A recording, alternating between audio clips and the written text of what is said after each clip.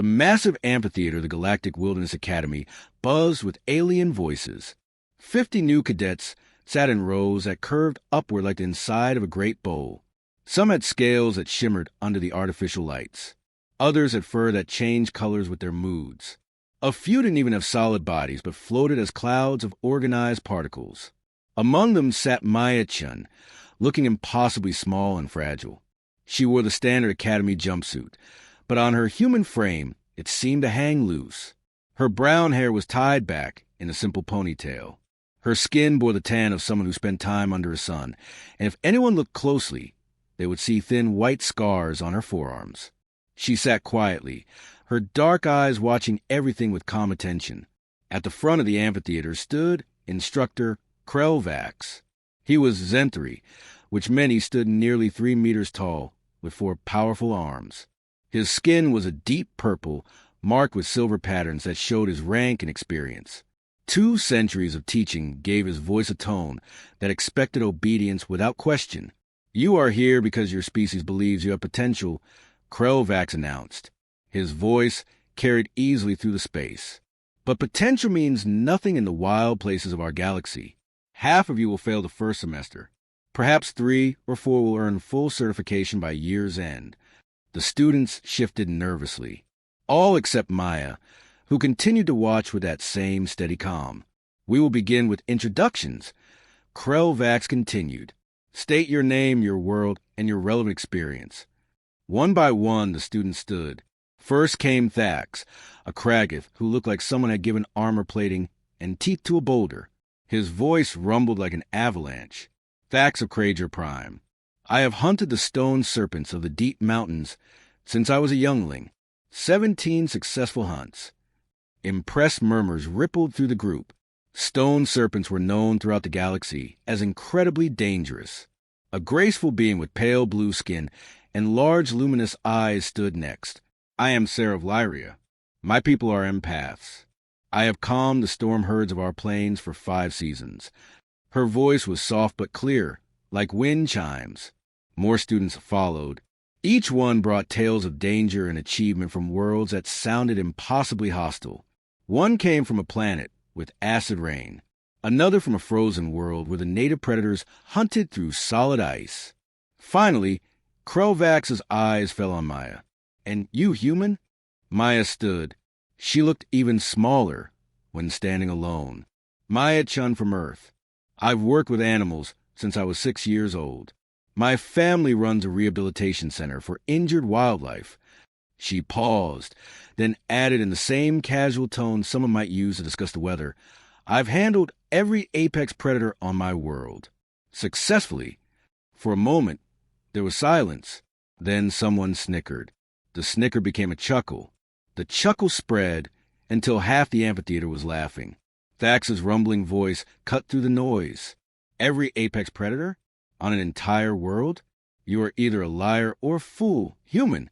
Krelvax raised one hand, and the laughter died down, but his mandibles twitched in what Maya had learned was a Zenthri equivalent of an amused smile. "Earth is classified as a class 4 death world, human, that is considered moderately dangerous at best. The stone serpents of Krager Prime come from a class 7 world.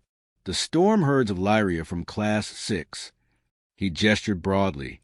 "Most students here have experience with class 6 or class 7 environments.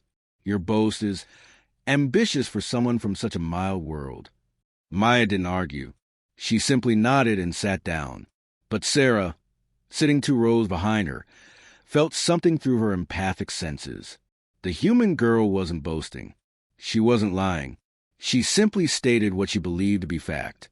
There was no arrogance in her emotions, but there was also no doubt. Krelvax moved on with the introductions, but his eyes kept drifting back to the small human he had taught for 200 years. He had seen countless species come through these halls. Some were naturally powerful. Some had technological advantages. Some had biological gifts like telepathy or toxin immunity. Humans had none of these advantages. They were physically weak. Their senses were mediocre at best, and they had no natural weapons beyond their clever minds. What could such a creature possibly understand about truly dangerous beasts? After the introductions ended and students began filing out, Krelvax accessed his data terminal. He pulled up the curriculum for the first practical lesson, then made a small adjustment. Tomorrow they would work with a glassy stalker instead of the planned simulation exercise. It was a real predator from a Class 6 world, kept safely controlled by the Academy's containment systems. He would let the human try her skills against something genuinely dangerous. Not enough to harm her, of course, but enough to teach her humility. Enough to show her the difference between Earth's animals and the true apex beasts of the galaxy. His mandibles twitched again in amusement. Sometimes the best lessons were learned through gentle failure. He had no idea how wrong he was. The containment arena sat at the heart of the Academy, a circular space 50 meters wide with walls made of reinforced transparent aluminum. Students gathered in the observation ring above, looking down at the sand-covered floor below. Maya stood among them, watching as technicians made final preparations. Krelvax's voice echoed through the speakers. Today you will observe the proper handling of a glassy stalker. This creature comes from Theta 9, a frozen world where temperatures never rise above -40 degrees. It is a Class 6 predator, moderately dangerous, but manageable for trained handlers. A large containment pod descended into the arena. With a hiss of hydraulics, its door opened. For a moment, nothing happened. Then something stepped out that made several students gasp. The glassy stalker looked like a wolf made of living crystal and ice. Its body was covered in sharp, translucent plates that caught the light and threw in all directions. Its eyes glowed with a cold blue light. Each paw ended in claws that looked like they could cut through steel. When it moved, it made a sound like breaking glass. Who volunteers to demonstrate basic containment protocol? Krelvax asked. A student named Vex stepped forward, a reptilian being with natural armor plating. I will attempt it, Instructor. Vex entered the arena through an airlock. The glassy stalker immediately turned toward the movement, its crystalline body lowering into a hunting stance. Vex approached slowly, holding a neural pacifier that was supposed to calm aggressive creatures through electromagnetic pulses. The stalker charged without warning. Vex barely had time to activate the pacifier before the creature was on him. The device worked partially. The stalker slowed but didn't stop. Its claws raked across Vex's armor, leaving deep scratches. Vex retreated quickly, escaping back through the airlock with his dignity more injured than his body. Acceptable effort, Krelvax said.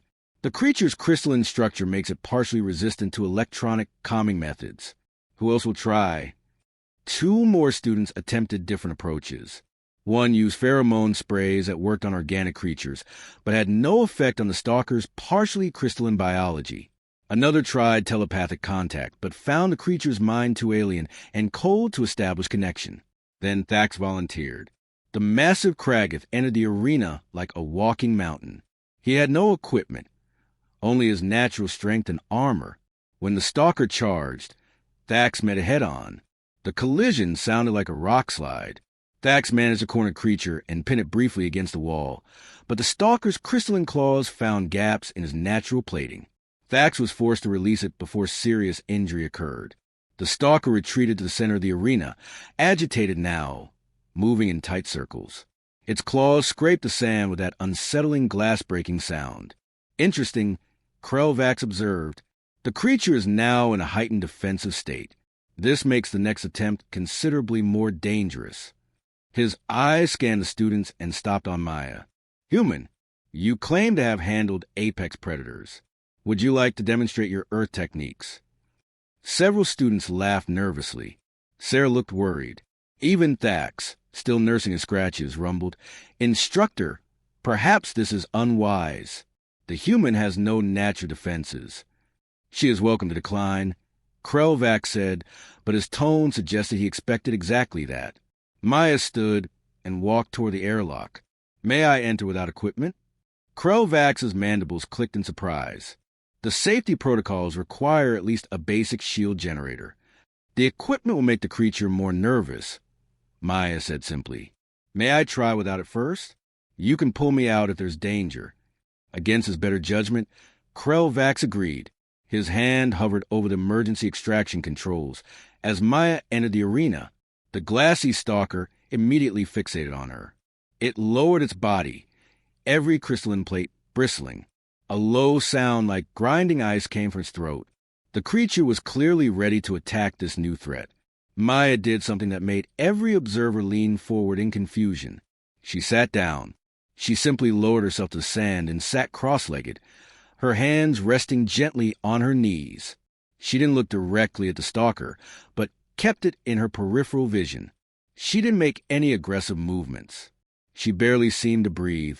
The stalker stalked closer, circling her. Maya remained perfectly still. The creature came within striking distance, its head low, examining this strange soft being that showed no fear and made no threats. Maya still didn't move, but she began making a sound. It was low and rhythmic, almost like purring, but with a pattern that seemed to match the stalker's own glass-breaking movements.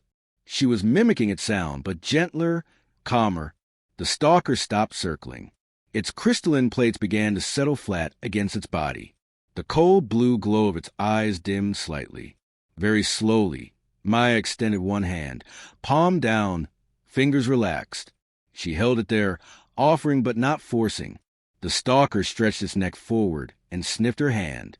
Its breath came out as visible frost in the air. Then Maya did something that made Krelvax nearly hit the emergency extraction button.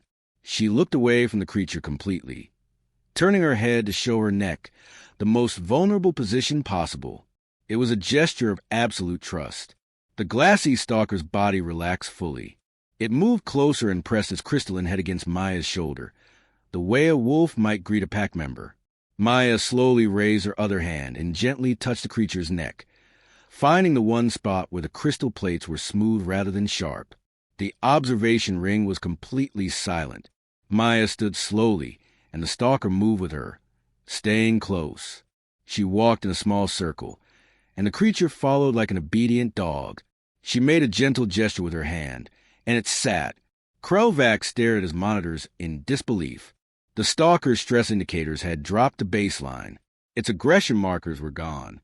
In 5 minutes, this human had accomplished what should have taken weeks of careful conditioning. Maya left the arena quietly. The stalker watched her go, then settled calmly in the center, no longer agitated. Thax spoke first, his voice filled with confusion rather than mockery. "How did you do that?" Maya shrugged. It was scared and defensive. Everything that came before me tried to dominate or control it. I just let it know I wasn't a threat and gave it choice. She smiled slightly. "We have wolves on Earth. Similar behavior patterns." Krelvax pulled up Maya's file with trembling hands.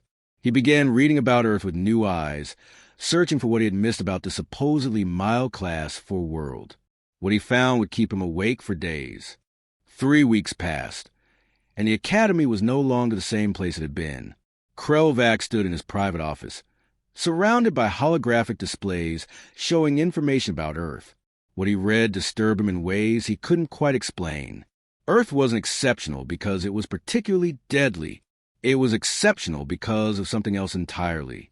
The planet had more variety of life than most class. 7 worlds, deserts and jungles, frozen wastelands and volcanic islands, deep oceans and high mountains, and in each environment, apex predators that had evolved completely different hunting strategies.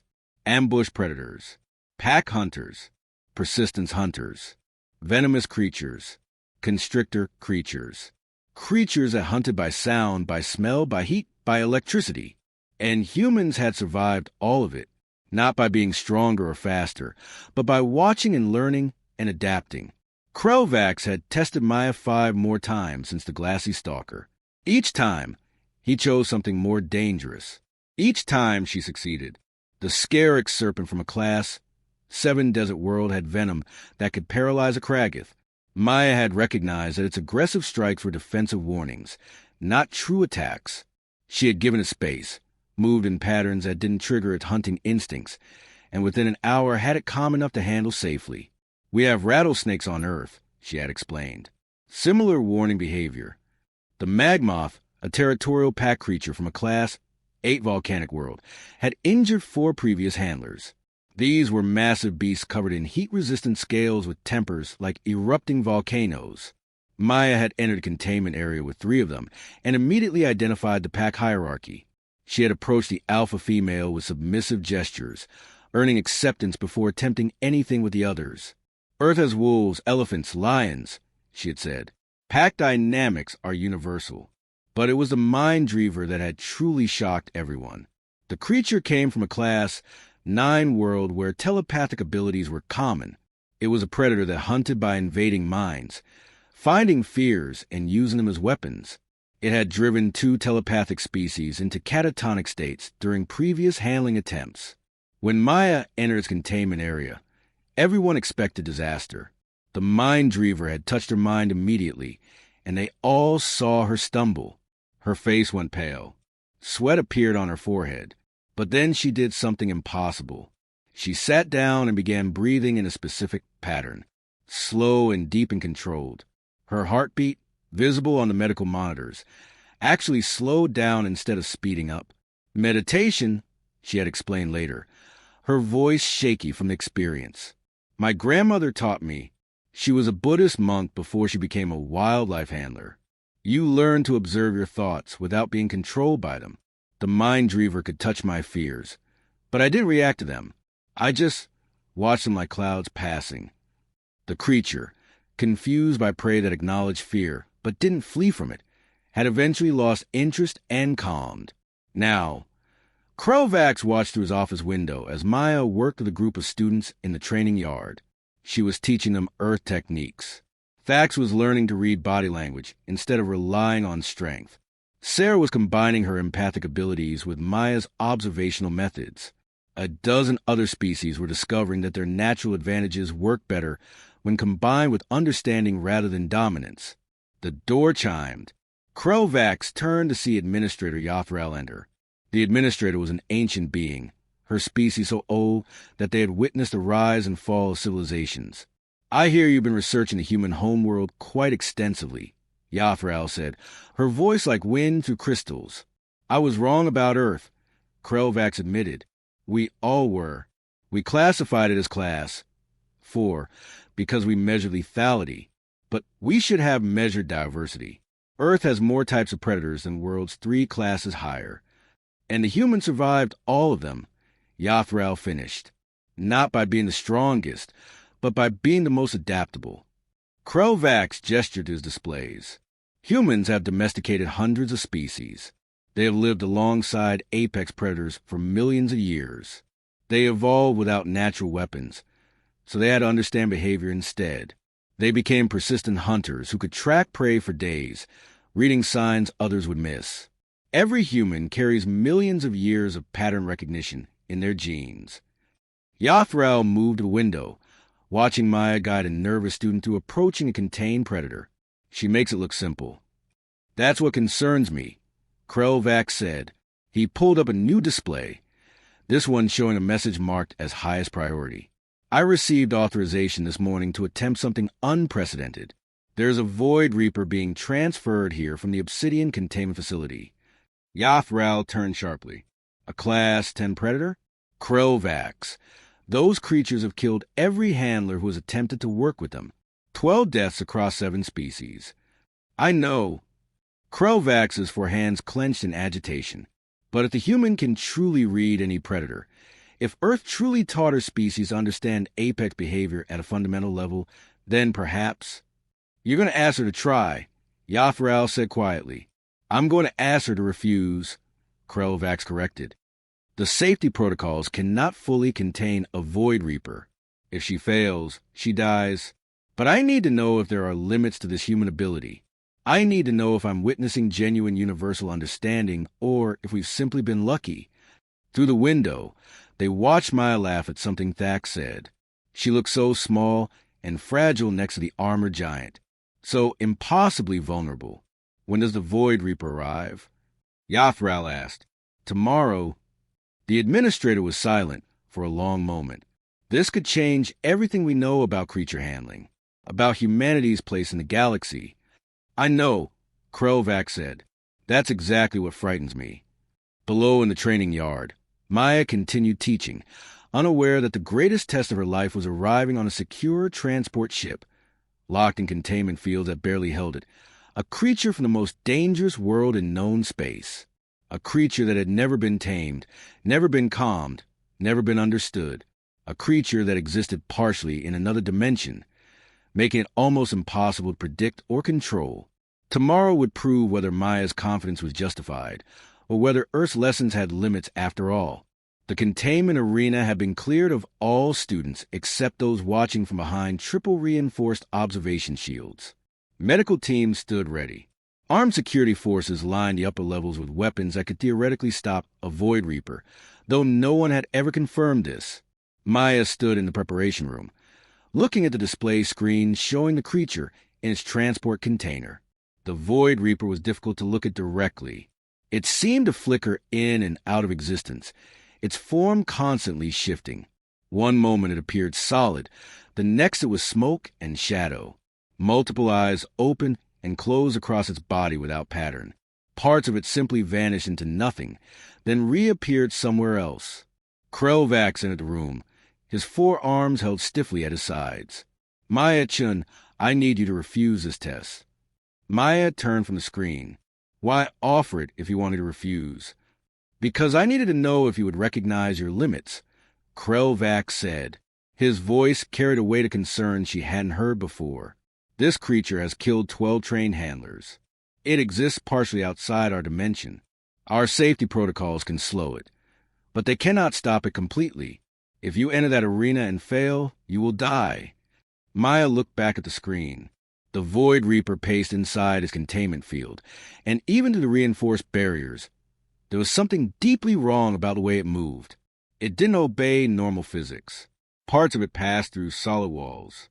What world does it come from? Maya asked. Designation Obsidian. 7. A class. 10 Death World. The atmosphere is toxic to most species. The gravity would crush unprotected beings. Every creature there has evolved abilities that seem to break natural laws. Krelvax moved beside her. The Void Reaper is the apex predator of that world. Nothing hunts it. Nothing challenges it. It is absolute terror made flesh. But it's still a predator, Maya said quietly. It still hunts. It still has behaviors and patterns. Not patterns we understand. Krelvax countered. It exists in multiple dimensions. How can you read body language when parts of its body aren't fully present in our reality? Maya was silent for a long moment. Through the observation window, she could see Sarah, Thax, and her other classmates watching with worried expressions. Sarah's empathic abilities were probably sensing everyone's fear. On Earth, we have predators that seem impossible too, Maya finally said. Deep-sea creatures that hunt in total darkness, using senses we barely understand. Sharks that detect electrical fields. Snakes that see in infrared. Octopi that can change shape and color and squeeze through impossible spaces. She turned to face Krelvax. They all seem like monsters until someone learned to understand them. This is different, Krelvax insisted.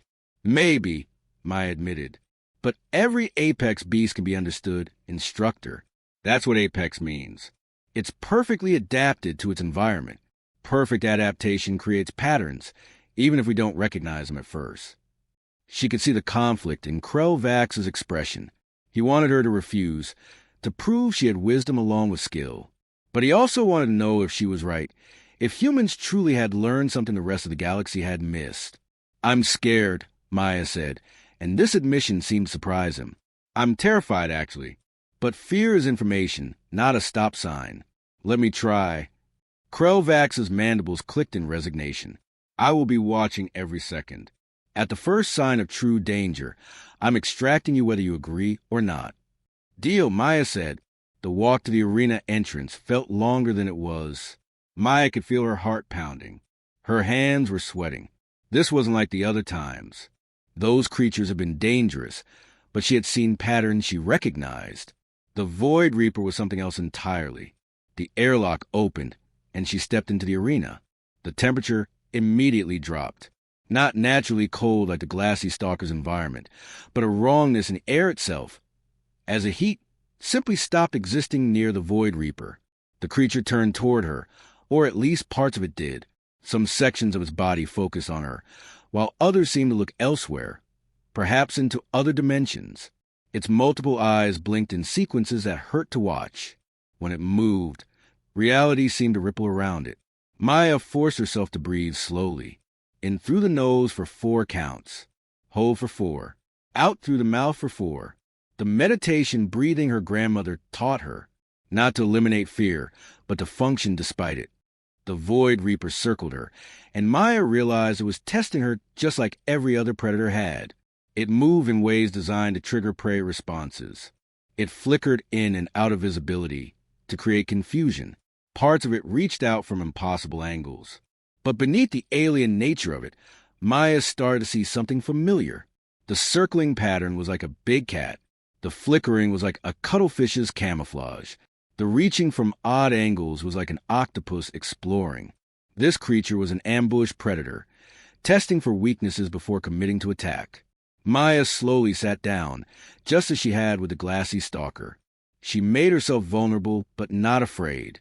She kept her breathing steady.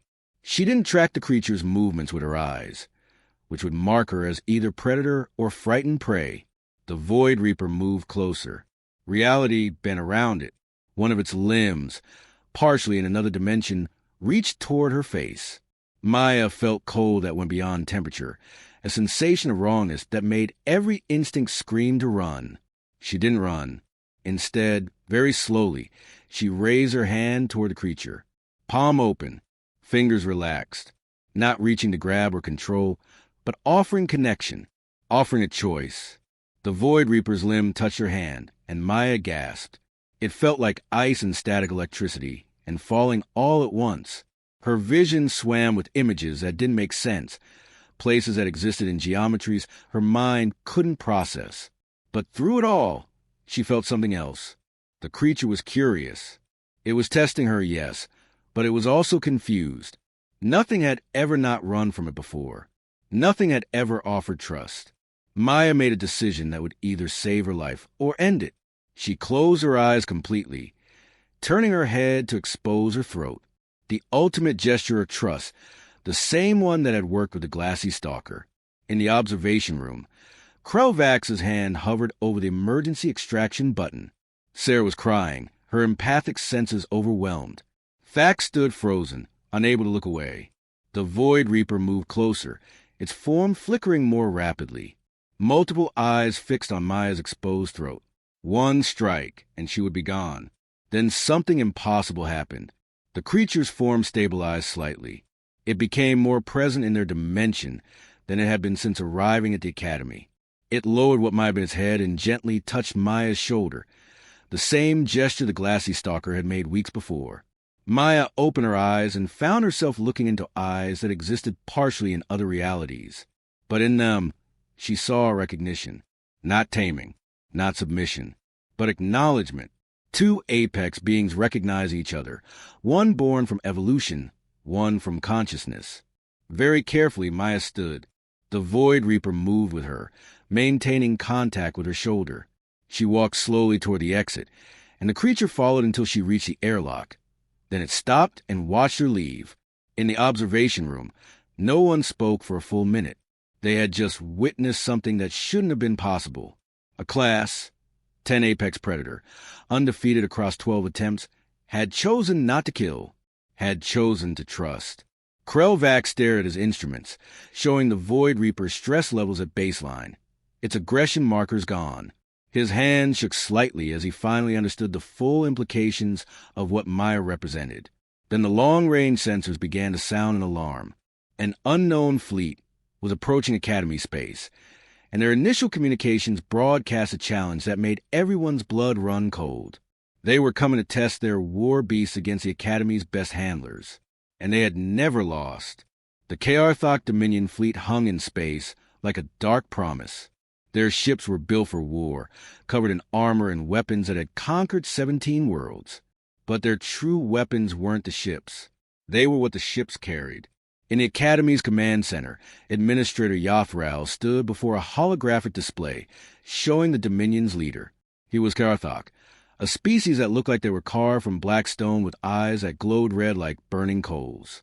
"We have heard of your precious academy," the Karatha commander said, his voice grinding like rocks. "You claim to teach creature mastery. We have bred war beasts that will prove you are children playing with pets. Send your best handlers. When they fail, this sector will acknowledge Karathok's superiority." The hologram flickered off. Yathrel turned to find Krelvax and Maya already standing behind her. "This is a political trap," Yathrel said quietly. "The Galactic Council is watching. If we refuse, we appear weak. If we fail, the Dominion gains leverage for their expansion. They've done this before. Their war beasts have never been defeated. What makes their creatures so dangerous?" Maya asked. Krelvax pulled up files on the display. "They don't just capture and train predators. They breed them specifically to counter every known handling technique. Telepathy resistant, immune to pheromone control, aggressive beyond normal predator behavior. They're created for one purpose: to be unstoppable."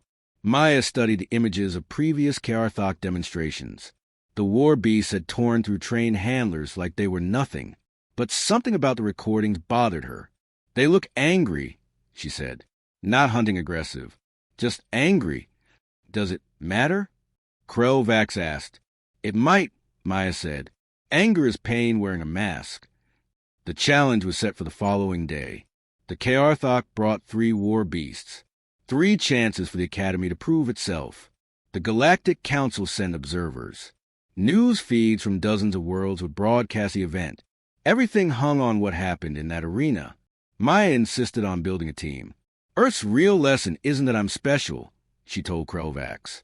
"It's that humans learn to work together against things stronger than us. We need Thax's strength, Sarah's empathy, and others who learn to read behavior instead of just dominating it." Krelvax agreed, though privately he wondered if it would be enough. The first war beast entered the arena, and the crowd gasped. The Razorback Titan was 4 meters tall, covered in armor plates that looked like they could deflect ship weapons. Its eyes were purely white, modified to remove fear responses. It had been bred to feel no hesitation, no caution, only attack. The creature charged immediately, no testing, no circling, pure aggression. Thax met it head-on, using his massive strength to redirect its momentum rather than stop it completely.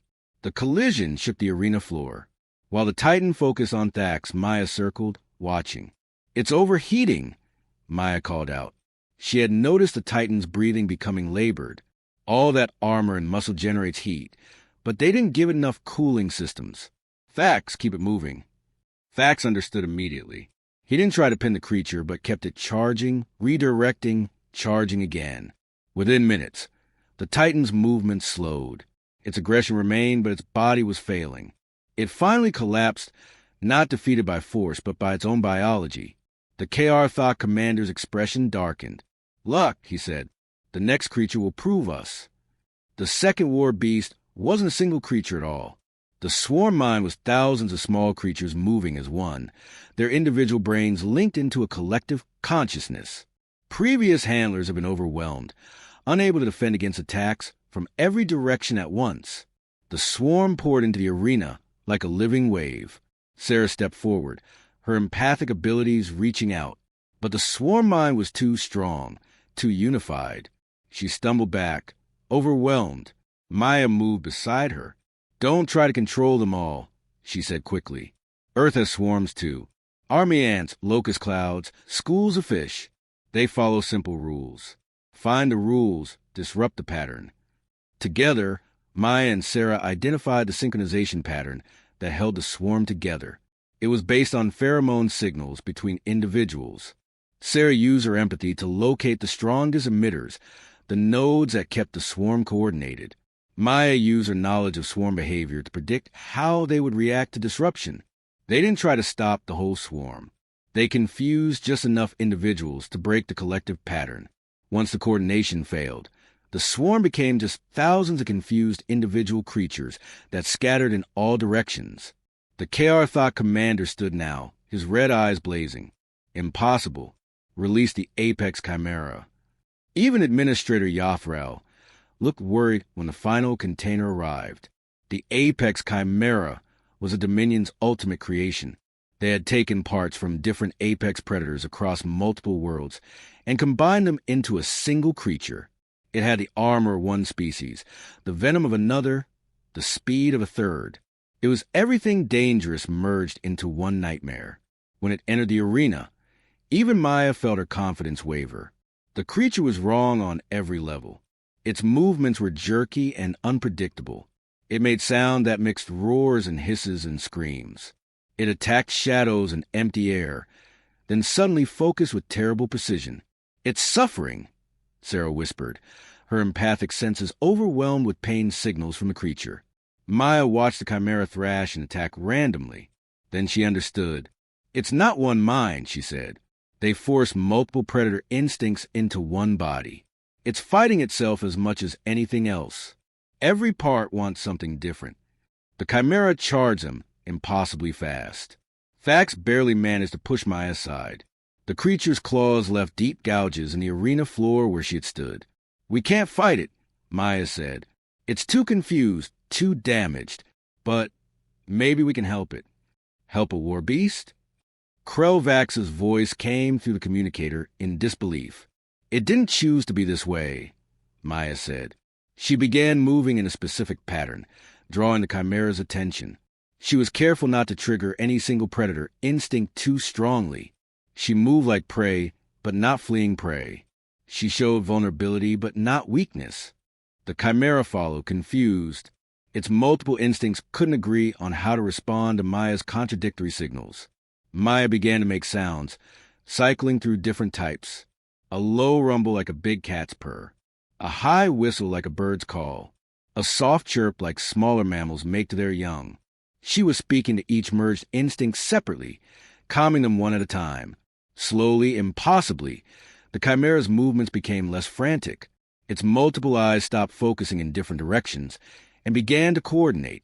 For just a moment, the warring instincts inside it found something like peace. Then Maya made her final move.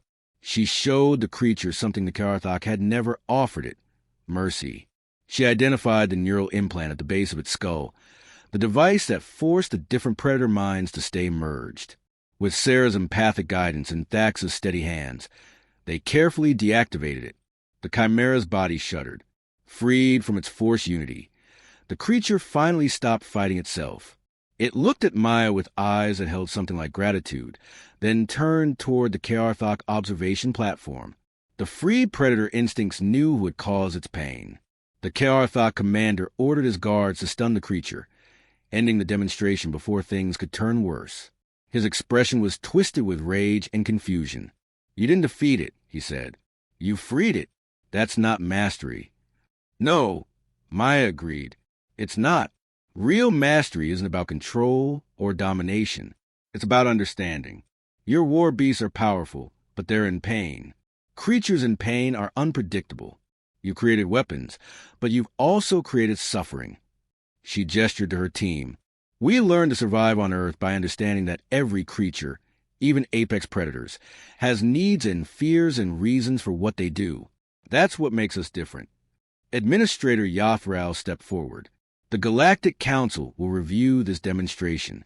The Academy has shown that cooperation and understanding defeat designed aggression. The Karathoc Dominion's challenge is concluded." The Karathoc fleet withdrew, their commander's final glare promising this wasn't over. But they withdrew nonetheless. In the days that followed, the Academy transformed.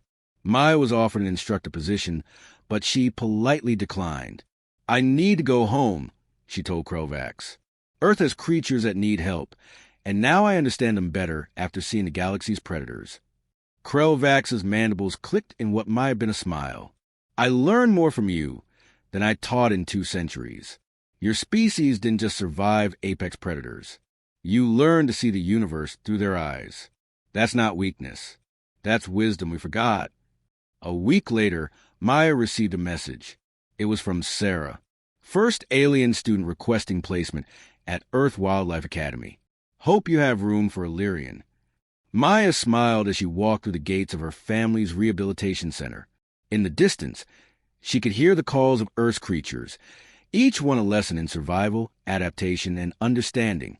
The real exchange between worlds was just beginning, and this time it would be built on empathy rather than conquest, on understanding rather than dominance.